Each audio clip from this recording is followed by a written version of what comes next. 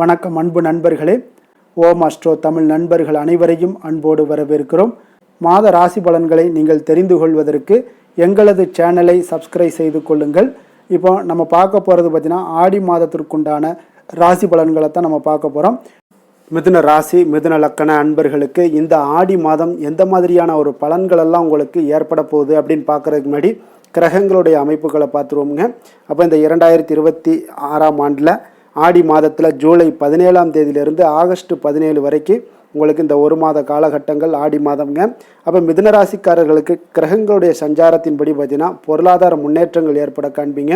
சுப செலவுகளும் நிறைந்த ஒரு மாதமாக இந்த மாதம் உங்களுக்கு அமையப்போகுதுன்னே சொல்லலாமுங்க. அப்போ புதனை அதிபதியாக கொண்ட உங்களுக்கு இந்த மாதம் பார்த்தீங்கன்னா கிரக நிலைகள் தரக்கூடிய விரிவான பலன்களையும் அதற்குடைய நட்சத்திரங்கள் கொடுக்கக்கூடிய ஒரு பலன்களை தான் நம்ம பார்க்க போகிறோம்ங்க. அப்போ இந்த ஆடி மாதத்தில் குரு பகவான் பார்த்தீங்கன்னா உங்களுடைய ராசிக்கு 2ஆம் வீடான தன வாக்குஸ்தானத்தில் உச்சம் பெற்று சஞ்சரிக்கிறாருங்க. அப்போ இது உங்களுடைய நிதி நிலைமையை மிக வலிமையாக்கக்கூடிய ஒரு அற்புதமான ஒரு அமைப்பாக இருக்குங்க. அப்போ இந்த ஒரு மாதம் உங்களுக்கு மிக நிதி நிலைமையில் எந்த ஒரு பற்றாக்குறையும் வராதுங்க. ராகு கேது பார்த்தீங்கன்னா ராகு 9ஆம் வீட்லேயும் கும்பத்தில் சஞ்சரிக்கிறாருங்க. கேது 3ஆம் வீட்டில் சிம்மத்தில் சஞ்சரிக்கிறாருங்க. அப்போ கேது 3ஆம் இடத்துல இருப்பது தைரியத்தையும் உங்களுக்கு வெற்றிகளையும் ஏற்படுத்தி தருங்க. ஏன்னா முயற்சி ஸ்தானம் என்பதால் உங்களுக்கு தைரியம் தன்னம்பிக்கை இது எல்லாத்தையும் உங்களுக்கு உண்டாக்கி கொடுப்பாருங்க. சனி பகவான் உங்களுக்கு ஜீவனஸ்தானமான 10ஆம் வீட்டில் மீனத்தில் சஞ்சரிக்கிறாருங்க. அப்போ ஜூலை 27க்கு அப்புறம் பார்த்தீங்கன்னா உங்களுக்கு வக்கர நிலையில் அடைய போகிறாருங்க சனி பகவான். அப்போ சூரியன் உங்களுக்கு ஜூலை 16 அதாவது ஜூலை 17ஆம் தேதி அன்று 2ஆம் வீட்டிற்கு கடகத்தில் மாறி உங்களுக்கு உச்ச குருவுடன் இணைகிறார்னே சொல்லலாமுங்க. அப்போ சூரியன் இந்த மாதம் முழுவதுமே பார்த்தீங்கன்னா உங்களுக்கு கடகத்தில் சஞ்சரிப்பாருங்க, குருவுடன் சேர்ந்து இருப்பார். செவ்வாய் உங்களுடைய ராசிக்கு 12ஆம் வீடான விரயஸ்தானத்தில் ரிஷபத்தில் உங்களுக்கு சஞ்சாரம் செய்கிறாருங்க. அப்போ இந்த கிரக அமைப்புகளெல்லாம் வச்சு பார்த்தோம்னா இந்த தொழில் மற்றும் உத்தியோகத்தில் உங்களுக்கு நிச்சயம் உங்களுக்கு 10ல் இருக்கக்கூடிய சனி பகவான் வக்கரம் அடைவதால் உத்தியோகத்தில் வேலைப்பளு சற்று அதிகரித்து காணப்படக்கூடிய ஒரு காலமாக இருக்குங்க. சக ஊழியர்களுடன் சிறு கருத்து வேறுபாடுகள் எல்லாமே உங்களுக்கு வரலாம், கொஞ்சம் கவனமுடன் இருங்க.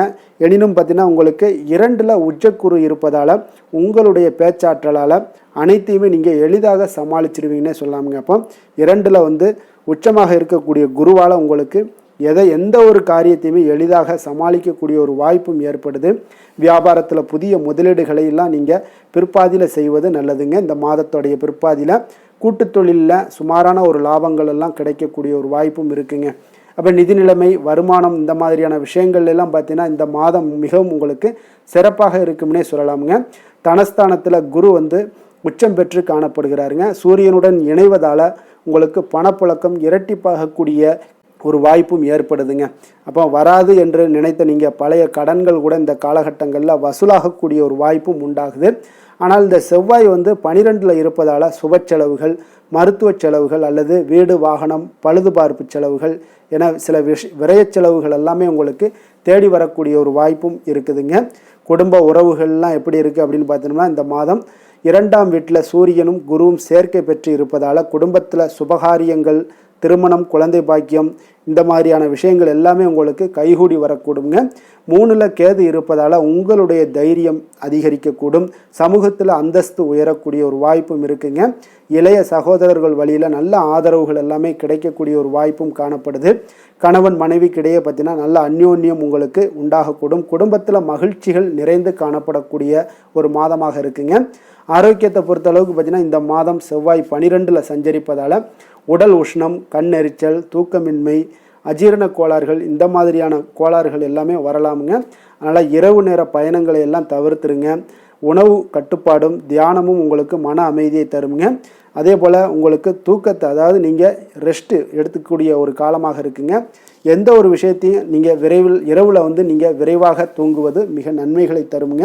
அதே போல் மிருகசீரிடம் நட்சத்திரத்தில் பிறந்த உங்களுக்கு 3, 4ஆம் பாதத்தில் பிறந்த உங்களுக்கு செவ்வாயினுடைய ஆதிக்கம் இருப்பதால் 12ல் நட்சத்திரநாதன் செவ்வாய் இருப்பதாலும் தேவையற்ற அலைச்சல்கள் வரலாமுங்க உங்களுக்கு. அதே போல் சொத்து சம்பந்தமான விஷயங்களில் உங்களுக்கு இழுபறி நிலை நீங்கி பிற்பாதியில் உங்களுக்கு சாதகமான முடிவுகள் எல்லாமே உங்களுக்கு கிடைக்குங்க. அப்போ வேலை தொழில் விஷயங்கள்லாம் இந்த காலகட்டங்களில் ரியல் எஸ்டேட்டு கட்டுமானத்துறையில் இருப்பவங்களுக்கு புதிய வாய்ப்புகள் எல்லாமே கிடைக்கக்கூடும். யாருக்கு நீங்கள் எச்சரிக்கையாக இருக்கணும் அப்படின்னு பார்த்தீங்கன்னா, யாருக்குமே ஜாமீன் கையெழுத்து போட வேண்டாமுங்க. கோபத்தை குறைப்பது இந்த மாதம் உங்களுக்கு மிக சிறப்புங்க. அப்போ திருவாதிரை நட்சத்திரத்தில் பிறந்த உங்களுக்கு ராகுவினுடைய ஆதிக்கம் கொண்டவர்களுங்க. நீங்கள் 9ல் இருக்கக்கூடிய ராகுவால் ஆன்மீக பயணங்கள் அதே போல் தூரதேச பயணங்கள் செல்ல வாய்ப்புகள் அதிகமாக உண்டாகுங்க. நினைத்த காரியங்கள் எல்லாமே பார்த்திங்கன்னா உங்களுக்கு தடையின்றி முடியக்கூடிய ஒரு வாய்ப்பும் ஏற்படுதுங்க. பொருளாதார ரீதியாக பார்த்திங்கன்னா திடீர் அதிர்ஷ்டங்கள், கமிஷன் வழிகளில் நல்ல லாபங்கள் உங்களுக்கு கிடைக்கக்கூடும். அதே போல் புதிய ஆடை ஆபரணங்கள் இதெல்லாமே வாங்கக்கூடிய ஒரு மாதமாகவும் இருக்குங்க. அப்போ நீங்கள் எச்சரிக்கையாக இருக்கணும் அப்படின்னு பார்த்தீங்கன்னா, குடும்ப ரகசியங்களை வெளிநபர்களிடம் பகிர்வதை இந்த மாதம் தவிர்ப்பது மிக நல்லதுங்க. எப்பொழுதுமே நீங்கள் குடும்ப விஷயங்களை வெளியிடங்கள் சொல்லாமல் இருந்தாலே போதும், உங்களுக்கு மிகப்பெரிய ஒரு எச்சரிக்கைன்னு சொல்லலாமுங்க. இது யாரிடமே சொல்லாதீங்க. புனர்பூசம் நட்சத்திரத்தில் பிறந்த உங்களுக்கு இந்த மாதம், அதாவது 1, 2, 3ஆம் பாதத்தை உள்ளடக்கிய குருவினுடைய ஆதிக்கம் கொண்டவர்களுங்க நீங்கள். அப்போ உங்களுடைய நட்சத்திரநாதன் குரு 2ல் உச்சம் பெற்று இருப்பதால் இந்த மாதம் உங்களுக்கு பொன்னான மாதமாக இருக்குங்க. தொட்டது எல்லாமே துளங்கக்கூடிய ஒரு மாதம்னே சொல்லலாமுங்க. அரசு அல்லது பெரிய தனியார் நிறுவனங்களில் வேலை தேடுபவர்களாக இருந்தீங்கன்னா சாதகமான உங்களுக்கு உத்தரவுகள் வரக்கூடுங்க. தடைபட்டிருந்த பதவி உயர்வு எல்லாமே உங்களுக்கு இந்த மாதம் கிடைக்கும்னே சொல்லலாமுங்க. அப்போ நீங்கள் யாரிடம் எச்சரிக்கையாக இருக்கணும் அப்படின்னு பார்த்தீங்கன்னா, கண் தொண்டை சம்பந்தமான சிறு உபாதைகள் எல்லாம் வரலாமுங்க. ஆரோக்கியத்திலேயே எச்சரிக்கையாக இருக்க வேண்டிய ஒரு மாதம்னே சொல்லலாமுங்க. இப்போ இந்த ஆடி மாதத்தில் நீங்கள் ஏதாவது உங்களுக்கு எளிய பரிகாரமாக செய்யணும் அப்படின்னு நினச்சிங்கன்னா, உங்களுக்கு பொருளாதார வளர்ச்சி வேணும் அப்படின்னு நினச்சிங்கன்னா, வியாழக்கிழமைகளில் தட்சிணாமூர்த்திக்கு மஞ்சள் மலர் சாற்றி கொண்டைக்கடலை மாலை அணிவித்து வழிபடுவது மிக மிக நல்லதுங்க. அப்போ வீண் விரயங்கள், அலைச்சல்கள் இதெல்லாமே உங்களுக்கு குறையணும் அப்படின்னு நினச்சிங்கன்னா, புதன்கிழமைகளில் மகாவிஷ்ணு அல்லது பெருமாள் கோவிலுக்கு சென்று துளசி அர்ச்சனை செய்து வழிபடுவது உங்களுடைய தடைகளை நீக்கக்கூடிய ஒரு வாய்ப்பை ஏற்படுத்தி கொடுக்குங்க. மிதுன ராசிக்கு நன்மை செய்யும் ஹோரை பலன்கள்னு பார்த்தீங்கன்னா, சந்திரன், புதன், குரு, சுக்கிர ஹோரைகள் உங்களுக்கு அதிக நன்மைகளை கொடுப்பாருங்க. புதிய முயற்சிகள், கல்வி, தொழில், உத்தியோகம், வீடு, மனை வாங்குவது போன்றவற்றிற்கு நீங்கள் புதன் ஹோரையை நீங்கள் செய்தீங்கன்னா வேகமாக உங்களுக்கு முடிய காண்பீங்க. சுப நிகழ்ச்சிகளை குரு மற்றும் சுக்கிர ஹோரையில் நீங்கள் ஆரம்பிச்சிங்கன்னா அல்லது செய்தீங்கன்னா மிக சிறப்பாக உங்களுக்கு நல்லபடியாக முடியக்கூடிய ஒரு நல்ல காலமாக மாற்றுங்க. புதிய சிந்தனைகளை கொண்ட மிதுனராசி அன்பர்களே, உங்களுடைய ராசிநாதனாக பார்த்தீங்கன்னா புதன் பகவான் விளங்குவதால் புதன்கிழமை தோறும் நீங்கள் மகாவிஷ்ணுவை தரிசனம் செய்து வாங்க, உங்களுக்கு மிக அதிக நன்மைகளை கொடுப்பாருங்க. அது மட்டுமின்றி பார்த்தீங்கன்னா நெய் தீபம் ஏற்றி வணங்கி வந்தீங்கன்னா பேரும் புகழும் பெறுவீங்க. மேலும் தினசரி குலதெய்வ வழிபாடும் நீங்கள் செய்து வந்தீங்கன்னா அனைத்து விதமான கஷ்டங்கள் எல்லாம் தீருங்க, மனமகிழ்ச்சி அடைவீங்க, குடும்பத்தில் சந்தோஷம் உங்களுக்கு நிறைந்து காணப்படுங்க. குலதெய்வ வழிபாடு மென்மேலும் உங்களுக்கு அதிக வளர்ச்சியை ஏற்படுத்தி கொடுக்கக்கூடியவராக விளங்குவாருங்க.